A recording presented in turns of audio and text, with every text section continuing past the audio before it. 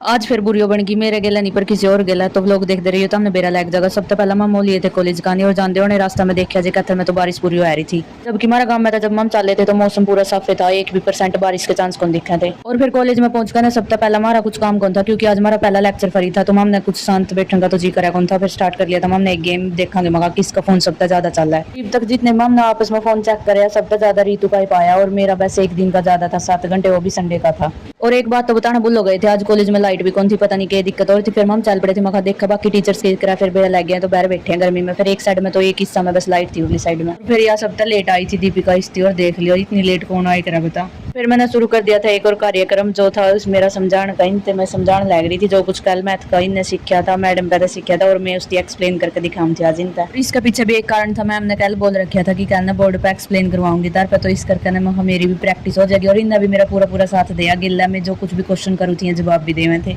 मेरा भी पूरा ही फ्लो बन रहा था, हाथ तो चल रहे थे गेला मेरे पैर भी को नहीं टिक रहे थे। समझाने देने मखा हाथ था तो चल काम वो भी जावा पैरा करके काम हुआ है। मैंने तो बाद में बेरा लग गया जाएगा ना जो मैंने वीडियो देखी मखा बढ़िया डर लग तो रही थी समझाने में भी, बस टीचर आगे पता नहीं क्यों नहीं समझा पाते।